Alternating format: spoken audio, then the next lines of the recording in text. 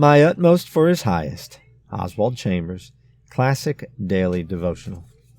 July 16th. The notion of divine control. How much more shall your Father which is in heaven give good things to them that ask Him? Matthew 7:11. Jesus is laying down rules of conduct for those who have His Spirit. By the simple argument of these verses, He urges us to keep our minds filled with the notion of God's control behind everything, which means that the disciple must maintain an attitude of perfect trust and an eagerness to ask and to seek. Notion your mind with the idea that God is there. If once the mind is notioned along that line, then when you are in difficulties, it is as easy as breathing to remember, "Why, my Father knows all about it." It is not an effort, it comes naturally when perplexities press.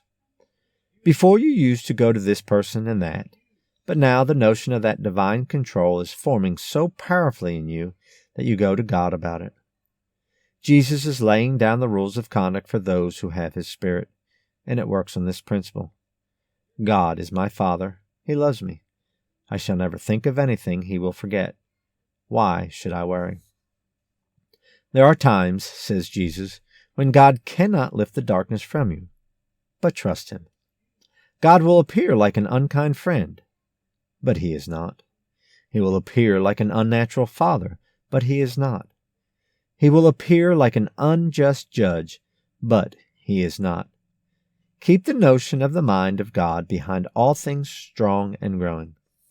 Nothing happens in any particular unless God's will is behind it. Therefore, you can rest in perfect confidence in Him. Prayer is not only asking, but an attitude of mind which produces the atmosphere in which asking is perfectly natural. Ask, and it shall be given you.